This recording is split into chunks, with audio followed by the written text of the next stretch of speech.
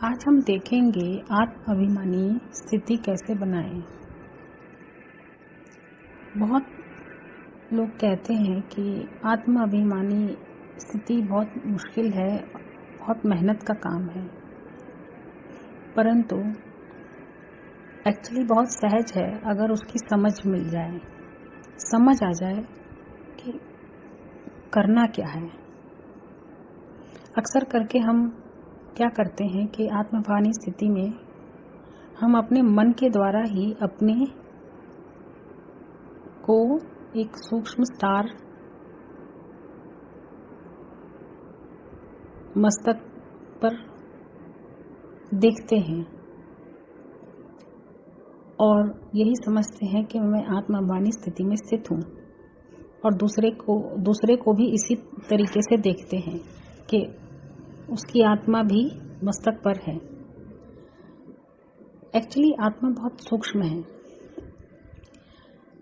और अगर देखने वाली दृष्टा आत्मा है तो क्या स्वयं को स्वयं देख सकता है?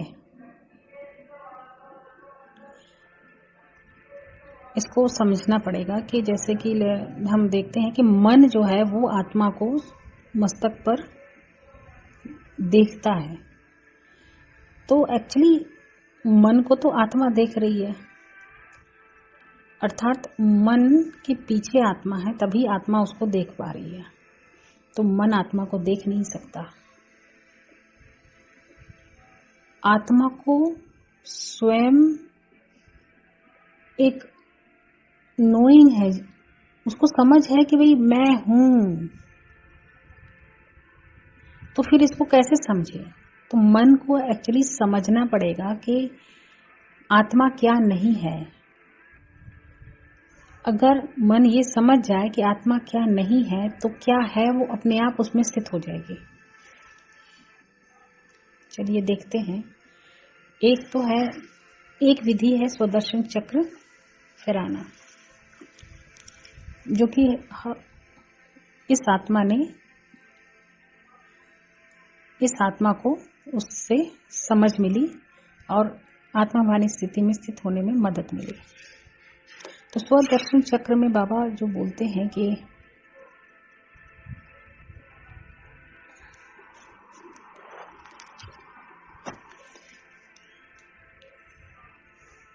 आप वो 84 जन्मों का चक्र जो है वो फिराओ, कि कैसे आप क्या थे, कितने श्रेष्ठ थे, फिर कैसे गिरे, फिर कैसे क्या बने, फिर पूज्य बने।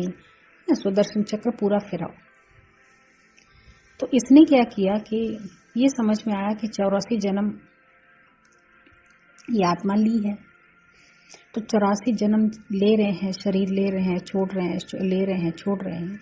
तो जितने बार ले रहे हैं शरीर, उतनी नई शरीर मिल रही है, नई पहचान मिल रही है, नई पद पोजीशन मिल रही है, नई नाम मिल रही, नई पढ़ाई मिल रही है, नई माँ बाप मिल रहे हैं, है ना, नाते रिश्ते मिल रहे हैं, इमोशंस हैं, फीलिंग्स हैं, भावनाएं हैं, नए नए हमारे डेवलप होते हैं।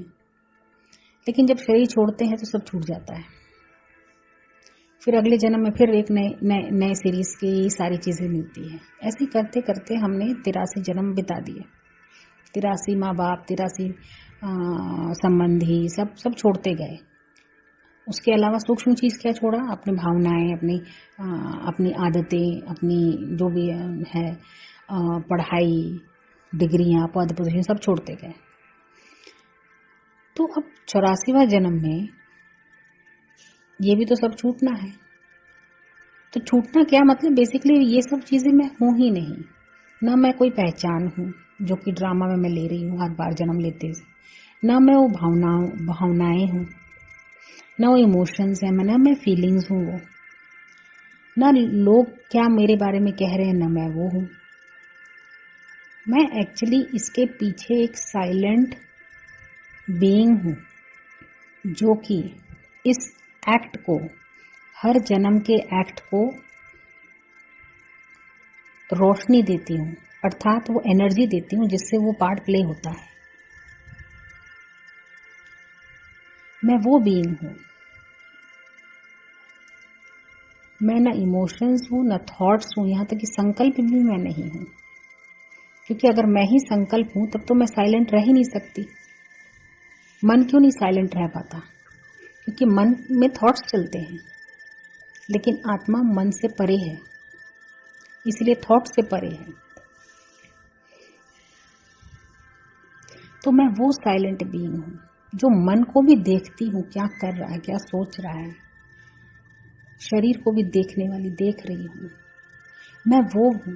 तो ये गहरी समझ जब मिलती है तो यही आत्माभिमानी स्थिति है, जिससे ये समझ से हमें समझ में ये आ जाता है कि मैं तो शरीर हूं ही नहीं, मैं तो ओरिजिनली हूं ही आत्मा, मैं तो हूं ही बाबा की बच्ची, बाप समान।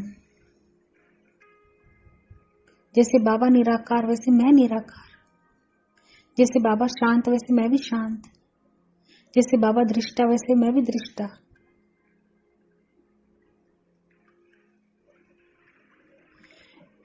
तो इस स्थिति में, इस समझ से आत्मवानी स्थिति में स्थित होना अति सहज हो जाता है। इसने तो अब अनुभव किया है। अब तो ऐसे में अब तो लगता है कि चलते फिरते भी बहुत सहज हो गया है। कोई बैठ करके एक जगह बैठ करके लंबे लंबे तक समय तक तपस्या करने से जो अनुभूति होती है वो तो केवल बैठने तक ही सीमित रहता है। लेकिन अब तो चलते फिरते भी ये प्रैक्टिस कर सकते हैं कि भाई मैं तो ये हूँ नहीं, मैं ये जो करने वाली ये मैं नहीं हूँ, ये बोलने वाली ये मैं नहीं हूँ। ये हर बार हमें रिकॉल करके समझ कि नहीं, मैं ये जो सोचने वाली ये संकल्प भी मैं नहीं हूँ। ये मन के अंदर मेरे संकल्प क्या आ रहे हैं, ये नहीं हूँ मैं। इमोशंस क्या आ रहे हैं, नहीं, ये मैं नहीं हूँ। चाहे अच्छे संकल्प आए चाहे बुरे आए, लेकिन मैं ये नहीं हूँ। मैं उससे परे साइलेंट हूँ, मैं वो साक्षी हूँ। तो जब इस साक्षीपन के सीट पर मैं जब सेट हो जाती हूँ तो मैं आत्मवानी स्थिति में सेट हूँ। और ये सीट बहुत पावरफुल है कि अगर इसको 1 सेकंड 2 सेकंड भी अगर हम इसमें स्थित होते हैं, थोड़े समय के लिए भी सेट होते हैं, तो माना हमारा कई घंटों की योग तपस्या के बराबर हो जाता है। यही बीज रूप स्थिति है।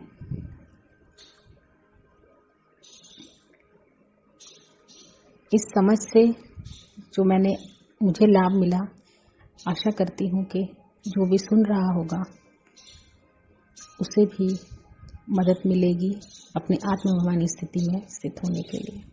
ओम शांति।